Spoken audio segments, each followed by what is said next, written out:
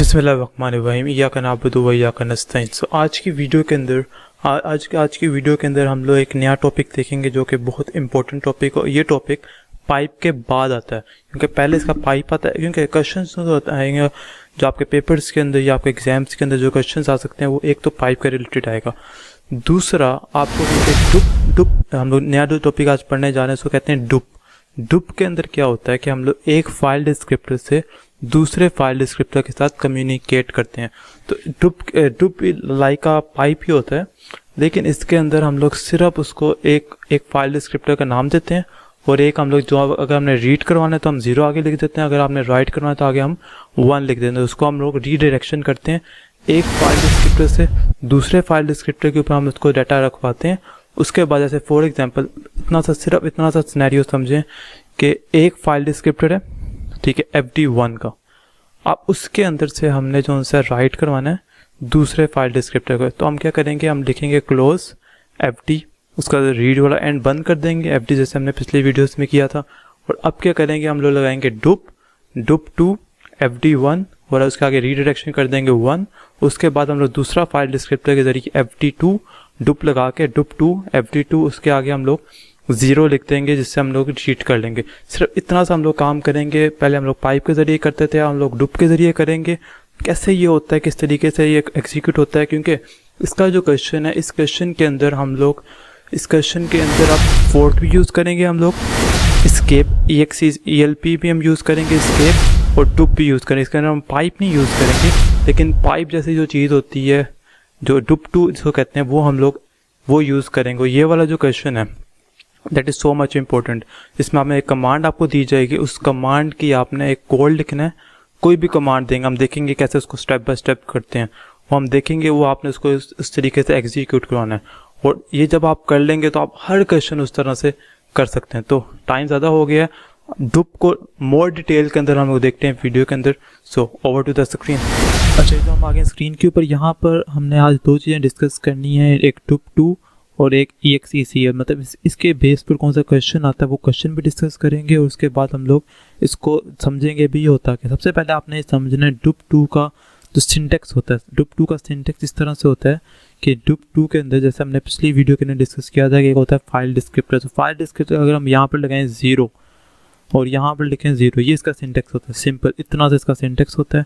और इसके अंदर हो क्या रहा है, इसका मतलब ये है कि आपने जो सी फाइल डिस्क्रिप्टर का ये 0 का मतलब होता है रीड, जैसे हमने देखा था। तो रीडायरेक्शन करते रीड को इस 0 के साथ। मतलब कहने का मतलब ये है, ये आपको कन्वर्ट कर देगा, इसे रीडायरेक्शन कर देगा। इसके ज़रिए से हम लोग इसको दूसरे फाइल डिस्क्रिप्टर के अंदर इसको हम यूज़ कर सकते हैं। मतलब इसको हमने अब दूसरे फाइल डिस्क्रिप्टर के अंदर भेजना है, तो हम यहाँ पर ये लिखें डुप टू FD1 और यहाँ पर हम लिखें 0, यहाँ पर हम लिखें 1 और यहाँ पर हम लिखें 1। तो इसका ये मतलब है कि यहाँ से ये रीड होकर, यहाँ से वो रीड होकर इस FD1 के अंदर राइट हो जाएगा। सिंपल इतना सा डुप टू के अंदर काम होता है। सारा फाइल के अंदर जिस तरीके से हम लोग वहाँ पर राइट लिखते थे, सारा वो काम करते थे।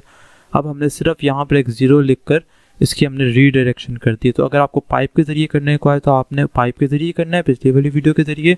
अगर आपको डुप के ज़रिए है तो आपने इस तरीके से, डुप का सिंटेक्स होता है सिंपल, इसके अलावा कोई इसका सिंटेक्स नहीं। इसको हम देखेंगे कैसे हम यूज़ करते हैं। उसके अलावा हमने इस तरह करके हमने डुप टू को यूज़ कर लेना। अच्छा, दूसरी चीज़ जो सी हमने यूज़ करनी होगी डुप के साथ हमने यूज़ करनी होगी EXECL।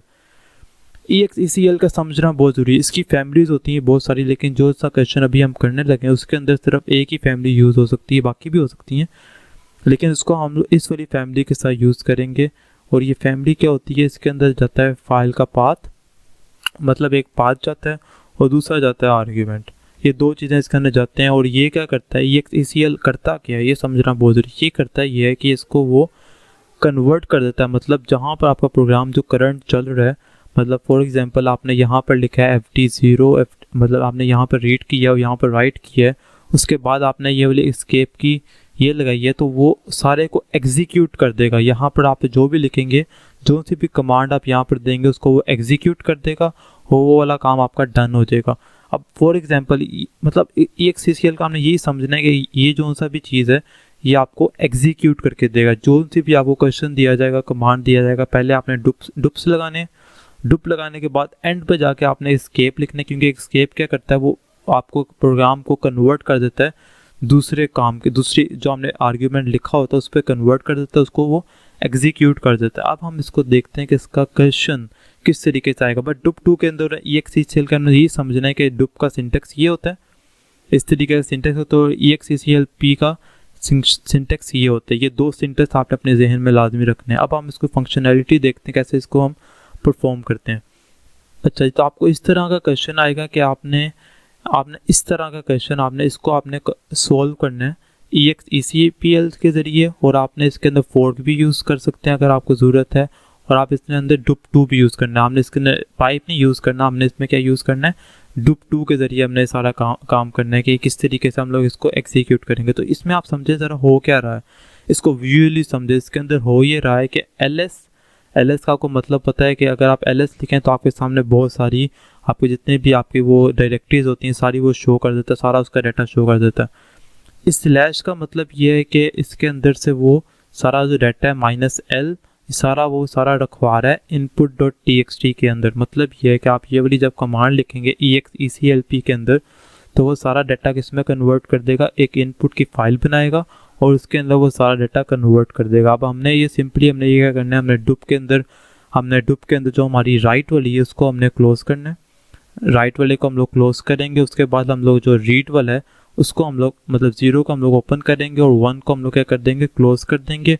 और सिंपली आगे जाके एक फाइल को ओपन करेंगे input.txt। जब इसको हम ओपन करेंगे आगे जाकर फिर हम लोग एक EXECLP हम कमांड लिखेंगे, उसके अंदर हम जब इसको एग्जीक्यूट करेंगे तो वो हमारे पास एग्जीक्यूट हो जाएगा। अब इसका हम कोड देखते हैं किस तरीके से कोड हो सकता है। अब इसके अंदर अब देखें ये वाला जो हमारा कोड है इसके अंदर हमने ये करना है कि LS के अंदर जो भी डाटा पड़ा होगा वो उसने क्या करना है, वो उसने राइट करवा देना है input.txt। इसका ये मतलब है कि हम लोग यहाँ पर एक FD बनाएंगे सिंपल। इसके अंदर आपने एक FD बनाना है, कोई पाइप लगाने की ज़रूरत नहीं होती इसके अंदर डुप, क्योंकि डुप के अंदर हम लोग पाइप के जरिए काम नहीं करें, हम लोग डुप के जरिए करें तो आपने पाइप नहीं बनाना, आपने सिर्फ फाइल डिस्क्रिप्टर बनाना है इस तरीके से हम बनाते हैं।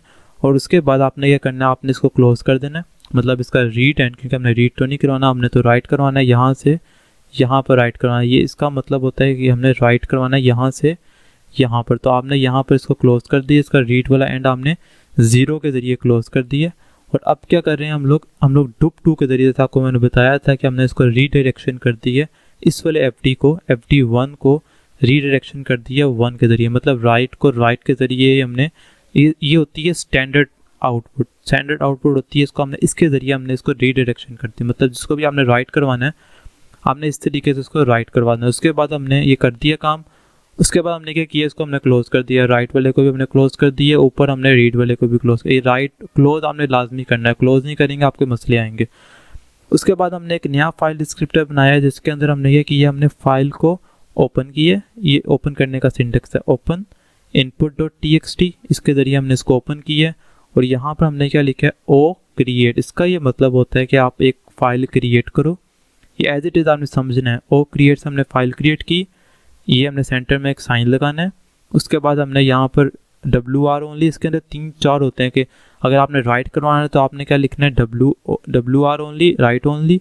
उसके बाद आपने यहाँ पर एंड पर ये वाला इसकी कमांड भी देनी है, ये आपने ज़रूरी देनी है।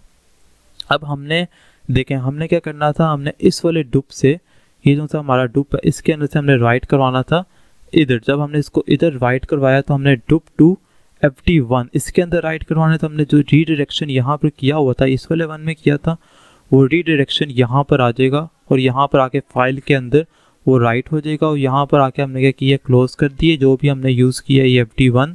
और उसके बाद हमने ये escape की देखें ज़रा, यहाँ पर हमने क्या कमांड थी, LS, एक दफ़ा LS लिखा, ये हमने एज इट इज़ ऐसे समझना है LS। उसके बाद एक और दफ़ा आपने LS लिखना है, ये 2 आपकी डायरेक्टरीज होगी। उसके बाद आपने ये लिखना है। अच्छा, उसके बाद आपने यहाँ पर स्लैश लगानी है एज इट इज़। उसके बाद आपने यहाँ पर -L लगाना है, जो भी आपने एज इट इज़ लिखा। उसके बाद आपने एंड पर नल लगा देना। इसके ज़रिए से वो ये कमांड एग्जीक्यूट करेगा और यहाँ से डाटा राइट कर इस वाले इनपुट वाले इसके अंदर राइट करके वो इनपुट वाले के अंदर इस डुप के ज़रिए वो उसमें राइट कर देगा। तो इस तरीके से ये वाली कमांड एग्जीक्यूट होगी। इसको हम देखते हैं कैसे ये रन करते हैं। तो यहाँ पर ये सारा लिखा हुआ है कोड, इसको हम रन करेंगे तो अब हम चले जाते हैं अपने इसके अंदर, यहाँ पर हम लिखते हैं GCC task7.c, और जब हम यहाँ पर लिखेंगे ./a.out तो इसको हम रन करेंगे तो सारा डाटा जो सा होता है आपको पता होगा इनपुट वाली फाइल के अंदर चला जाएगा। ls के अंदर सारा डाटा आता है, वो सारा किधर चला जाएगा, वो उसके अंदर चला जाएगा। अभी हम यहाँ पर देखते हैं कि इनपुट वाला ये है, इसके अंदर ये सारा डाटा ls का जो ls की डायरेक्टरीज होती हैं सारी यहाँ पर आ जाएंगी। आप सारी देख सकते हैं यहाँ पर सारा जो डाटा है उसने राइट करवा दी है input.txt के अंदर। तो इस तरीके से हमने ये वाली जो सी कमांड है एग्जीक्यूट करवा दी। ये तो बड़ी सिंपल सी कमांड थी, इसके अंदर हमने फोर्क भी यूज़ नहीं किया, सिर्फ हमने एक डुप यूज़ किया और exelp यूज़ किया, इसके ज़रिए से हमने इसको कर दिया। अब हम एक कोड देखते हैं, एक कोड देखते हैं उसके अंदर क्या हुआ है, वो बहुत इंपॉर्टेंट है। अच्छा, तो ये वाला क्वेश्चन बहुत ज़्यादा इंपॉर्टेंट है। इस क्वेश्चन को जब आप समझ लेंगे ना तो आपकी ज़िंदगी आसान हो जाएगी, आप कोई भी क्वेश्चन कर सकते हैं। तो इसके अंदर आप देखें उसने क्या कहा हुआ है, उसने ये कहा हुआ है कि आपने एक सी प्रोग्राम राइट करना है to implement the following Linux command. ये वाली मतलब उसने क्या, आपने ये वाली कमांड एग्जीक्यूट करनी है। इस कमांड को एग्जीक्यूट करने के लिए उसने क्या, आपने फोर्क यूज़ करना है, आपने execp यूज़ करना है। इसका मतलब ये है कि आप execlp से भी कर सकते हैं। execlp ये इसकी फैमिली है, तो आप इसके ज़रिए इसको आप कर सकते हैं सिंपल, जैसे हमने किया था कि हमने 2 दफ़ा उस तरीके से लिखते हैं। उसके बाद आपने उसने कहा हुआ आपने dup2 भी यूज़ करना। अब देखें, सबसे पहले आपने एक चीज़ एक हमने याद रखनी है कि सबसे पहले इसके अंदर पाइप कितने बने हुए। पाइप मतलब इसके अंदर हमने dup2 और पाइप एक ही चीज़ है, लेकिन यहाँ पर हमने dup2 से करना है।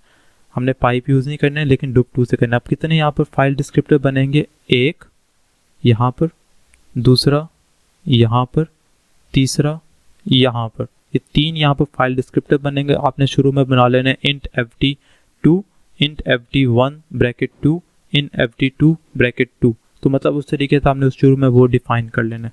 अब यहाँ पर हो क्या रहा है, ये क्या कर रहा है, यहाँ पर ps3 का ये वाली जो कमांड है यहाँ पर वो डाटा राइट करवा रहा है, राइट करवाने के रीड कर रहा है, रीड करने के बाद वो डाटा यहाँ से इसमें कन्वर्ट कर रहा है। मतलब ये वाला डुप से वो डाटा यहाँ पर आएगा, इस पाइप का मतलब है यहाँ से डाटा कन्वर्ट होगा इस तरफ, तो वो यहाँ से डाटा जो सा वो यहाँ पर ला रहा है। और ग्रैब का मतलब ये है कि इसने सर्च करना है, जो भी डाटा वो यहाँ से रिसीव करेगा उसके अंदर से उसने सर्च करना है कि उसने डी ले ले, डी जहाँ भी जितनी दफ़ा भी आएगा उसको सर्च करेगा, और उसके बाद जो भी आएगा उस वाले डाटा को यहाँ से यहाँ कन्वर्ट करेगा। कैसे करेगा, डुप के ज़रिए। जैसे कन्वर्ट का मतलब है यहाँ से डाटा राइट करवाएगा यहाँ पर, और ये वाला जो एफडी होगा ये रीड करेगा। ये इसमें एफडी के ज़रिए काम हो रहा है ना, कि ये वाला एफडी जोन्स है वो क्या करेगा, यहाँ से डाटा रिसीव करेगा, राइट करवाएगा, उसके बाद यहाँ पर रीड करेगा, रीड करने के बाद दूसरे एफडी के अंदर राइट करवाएगा, इसके अंदर आएगा, और यहाँ पर जो होगा ये वाला राइट करवाएगा इसके अंदर, और ये वाला आगे क्या करेगा, ये वाला फाइल डिस्क्रिप्टर आगे एक आउटपुट वाले के अंदर राइट करवा देगा। तो सिंपल से इसके अंदर आपने सबसे पहले एफडीज बना लेना है, उसके बाद आपने देखना है कि कौन सा डाटा कहाँ पर कन्वर्ट करा। अब हम इसका कोड भी देख लेते हैं। तो इसके अंदर ये सारी ये वाली कमांड्स, ये हम कोड पर आ गए, यहाँ पर आप देख सकते हैं ये सारी इसके अंदर कमांड्स यूज़ होंगी, मतलब इसके हेडर सारे ये वाला यूज़ होगा। उसके बाद आपने ये जो मैं कमांड आपकी आसानी के लिए यहाँ पर लिखती है, उसके बाद जैसे आपको मैंने कहा था कि कितने फाइल डिस्क्रिप्टर बनेंगे, 1, 2 और 3। तो हमने यहाँ पर पहले वो बना लिए int fd1 int fd2 और int fd3। यहाँ पर आप पाइप भी बनाना चाहें आप पाइप भी बना सकते हैं, कोई इसमें मसला नहीं, इसमें कोई डाउट नहीं, आप यहाँ पर पाइप भी बना लें, लेकिन पाइप के बगैर भी यहाँ पर काम हो जाएगा। तो आपने सबसे पहले आपने ये देखने कितने बनेंगे, 1, 2 और 3, ये बन गए। सबसे पहले आपने ये वाला काम करना। उसके बाद हम लोग यहाँ पर क्या कर रहे हैं, हमने PIDs बनाई, क्योंकि उसने कहा था क्वेश्चन का हमने फोर्क भी यूज़ करना है। तो PID हमने कितनी बनानी है, 3, जितने हमारे वो बनेंगे उतने हमारे वो भी बनेंगे, PIDs भी बनेंगी। PID1 इज इक्वल टू -1, इसको आप इससे डिक्लेयर कर लें। PID2 इज इक्वल टू -1 और PID3 इज इक्वल टू -1। अब यहाँ पर क्या हो रहा है, हमने सारों के पेरेंट्स, सबसे पहले हमने सारों के फोर्क कॉल कर दिए। PID is equal to fork, PID2 is equal to fork, PID3 is equal to 4। मतलब सारों का एक पेरेंट बन जाएगा, एक चाइल्ड बन जाएगा, इसका भी एक पेरेंट बन जाएगा, एक चाइल्ड बन जाएगा, एक पेरेंट बन जाएगा और एक चाइल्ड बन जाएगा। इस तरीके से सारों का बन जाएगा। अब जो पहली जो हमेशा जो सी आपके क्वेश्चन के अंदर पहली कमांड होगी, जब इसमें 2 या 3 पाइप यूज़ होंगे, उसके अंदर आपने जो पहला वाला काम है ये वाला PS3 वाला, जो पहला वाला काम है ये आपने हमेशा पेरेंट के अंदर ही करना है। तो हमने सारों के पेरेंट्स कॉल कर लिए हैं। PID1 इज ग्रेटर देन 0, मतलब इसका मतलब ये पेरेंट होता है। PID2 ग्रेटर देन 0, ये भी पेरेंट होता है। PID3 ग्रेटर देन 0, ये भी पेरेंट होता है। सो हमने एक इफ़ की स्टेटमेंट लगाई है, इसके अंदर हमने सारे पेरेंट्स कॉल कर लिए। अब इसके अंदर हो क्या रहा है, सबसे पहले हमने सारों का, इसके अंदर हमने क्या करना था, राइट करवाना था ना। यहाँ पर आप देखें, यहाँ से हमने डाटा राइट करवाना है यहाँ पर। तो इसका मतलब है इसका रीड एंड तो हमेशा हम क्लोज ही रखेंगे। तो इसका हमने रीड एंड जो सा हमने इसका क्लोज कर दिया। फाइल डिस्क्रिप्टर पहले का इसको हमने क्लोज कर दिए। 0 का मतलब होता है रीड, हमने इसको क्लोज कर दिए। और बाकियों के हम लोग वैसे ही क्लोज कर देंगे क्योंकि इनकी अभी ज़रूरत नहीं है। FD2 का राइट रीड दोनों क्लोज कर दिए हैं। FD3 का राइट रीड दोनों क्लोज कर दिए हैं। काम किसके ज़रिए करना है, FD1 के राइट के ज़रिए। इसकी हमने रीडायरेक्शन करवानी है। तो हमने यहाँ पर क्या लिखे, FD1 और 1, मतलब FD1 का जो फाइल डिस्क्रिप्टर है उसको रीडायरेक्शन कर दो 1 के साथ। तो इसको 1 के साथ कर दोगे, आगे आपने क्या कर देना है, वो वाली जो आपकी पहली कमांड है PHT -p null। EXECLP के अंदर हमने ये वाली चीज़ लिख देनी एज इट इज़। जो भी आपका क्वेश्चन होगा उसकी रिक्वायरमेंट के हिसाब से। लेकिन पहला काम हमने कहाँ पर करना है, हमेशा पेरेंट्स के अंदर करना है। तो PHT -p आपने ये वाली कमांड EXECLP के अंदर लिख दी है।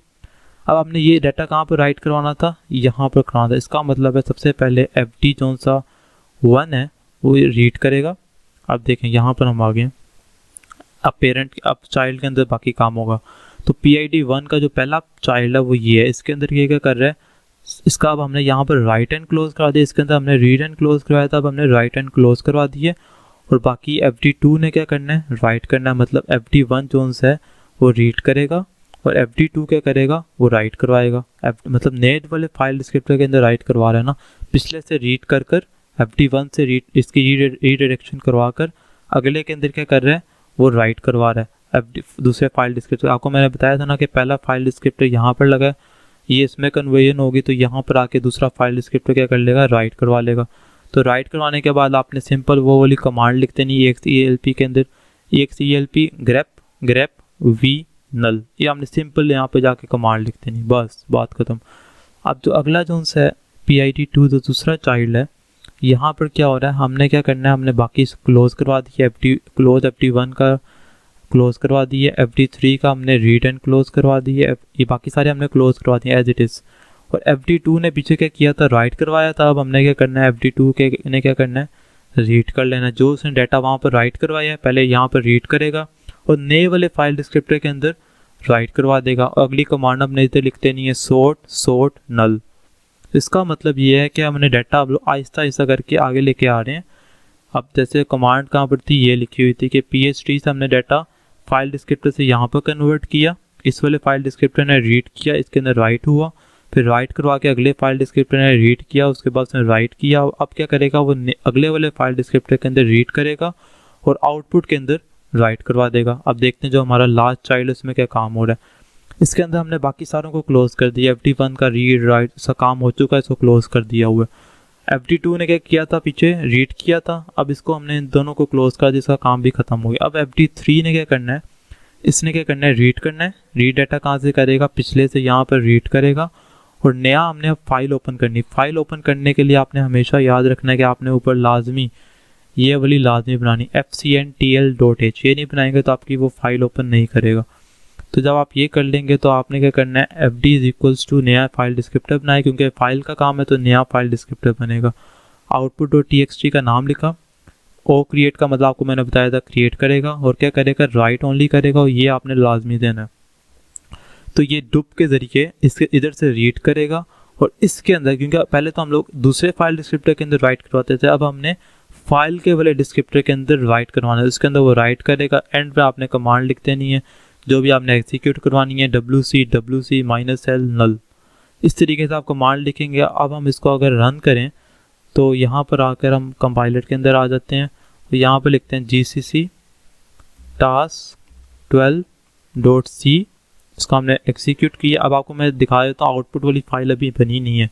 यहाँ पर कोई output.txt की फाइल नहीं बनी हुई। इनपुट की है जो हमने पहले किया था, आउट की .txt ये बनी है, output.txt की नहीं बनी हुई। अब हम इसको एग्जीक्यूट करवाते हैं ./a.out। यहाँ पर आप पूरी कमांड लिखें PHT तो इसको भी आपने एग्जीक्यूट करवाना है। यहाँ पर लिखें जी आगे इनपुट डॉट, यहाँ पर आगे आप लिखेंगे क्या हो रहा है, ग्रैब करें। क्या ग्रैब करें, ग्रैब का मतलब होता है सर्च। और यहाँ पर आगे आपने क्या लिखना है, सॉर्ट। उसके बाद आपने आगे क्या लिखना है, WC -L। और यहाँ पर आपने कहाँ पर राइट करवाना है, output dot TXT। As it is आपने कमांड लिख दी। इसको आप एग्जीक्यूट करेंगे तो आप वापस यहाँ पर जाएंगे तो यहाँ पर एक फ़ाइल बन गई आउटपुट डॉट TXT। इसको आप ओपन करेंगे, आपके सामने जितनी दफ़ा भी V आया होगा PS3 के अंदर वो आपको बता देगा कि यहाँ पे इतनी दफ़ा V आया हो। तो इसका इस कमांड का मतलब ये है कि PS3 -P के अंदर देखें जो भी सारा डाटा इसमें आए उसके अंदर से सर्च करे V कितनी दफ़ा आया, उसके बाद उसको सॉर्ट करे। और WC -L का मतलब है उसको वो काउंट करे। WC -L का मतलब है काउंट करके आउटपुट डॉट TXT के अंदर रखवा दे। तो ये इसका मतलब था। इस तरीके से हमने इसको एग्जीक्यूट किए तो इस तरीके से हमारा डाटा उसने कहाँ पर रखवा दिए, आउटपुट डॉट TXT के अंदर रखवा दी। PS3 जो सा इसके अंदर लिखे ना PS3 -P, तो यहाँ पर एक ये ट्री बना आ गया। इस ट्री के अंदर जितनी दफ़ा भी V आया हुआ है उसने वो वाला एग्जीक्यूट करवा कर यहाँ पर ला के रखवा दिए। सिंपल इस तरीके का ये क्वेश्चन था। वो जो भी कमांड लाइन आएगा आपने उसको इसी तरीके से एग्जीक्यूट करवाना है। कोड आपको नीचे डिस्क्रिप्शन के अंदर मिल जाएगा। अच्छा जी, तो वीडियो तो आपने देख लिया किस तरीके से हमने एक कमांड लिखी थी, जैसे PS3, उसके बाद पाइप लगा होता है, उसके बाद ग्रैब और सारा, उसके बाद वो सारी सॉर्टिंग कर रहे। तो सबसे पहले आपने जब इस तरह का क्वेश्चन आएगा आपने क्या करना है, आपने सबसे पहले FDs बना लेना है। FDs आपने देखना है कितने पाइप्स हैं, 1 2 3 जितने भी होंगे आपने उतने FD शुरू में बना लेने। उसके बाद आपने क्या करना है, आपने उसके बाद नीचे इफ़ की स्टेटमेंट लिखनी है और सारा पहले पेरेंट में हमने वो काम करना है डुप लगा के। और बाकी सारों को आपने जिस तरीके हमने वीडियो में देखा था हमने सारों को क्लोज किया है। सिर्फ जिससे हमने राइट करवाना है उसको हमने ओपन किया है डुप के ज़रिए। और बाद में हमने वो EXE-ELP के हमने कमांड लिखती है कि PS3 और -P आगे नल, इस तरीके से वो वहाँ पर एग्जीक्यूट होते थे।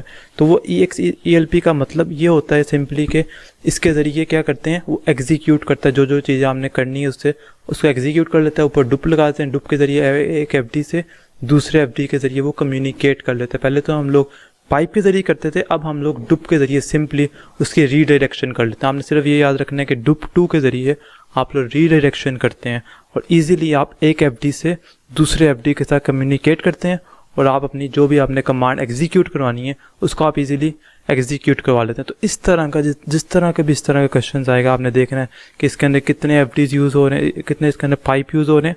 पहले हमने पाइप बना ली, उसके बाद आप अपनी सारी वर्किंग इस तरीके से स्टेप बाय स्टेप आप कर सकते हैं और जहाँ भी आपने इसको एग्जीक्यूट करना है कोई भी क्वेश्चन को आप इजीली कर सकते हैं। तो होपफुली कि आपको ये वाली वीडियो भी समझ आ जाएगी। ये बहुत ही इंपॉर्टेंट वीडियो थी। इसके जो भी इस तरह के क्वेश्चन लाजमी आएगा तो इसको आप इजीली कर सकते हैं। तो मिलते हैं अगली वीडियो के लिए। आज हमारी तीसरी वीडियो थी ऑपरेटिंग सिस्टम के ऊपर। तो अगली वीडियो के अंदर नए टॉपिक के साथ मिलते हैं। तब तक के लिए इतना ही। तो it's time to become with new intent, with new passion, so dream to be unique. Thank you so much. Allah Hafiz. For more exciting videos, like, comment and subscribe my channel. Thank you so much.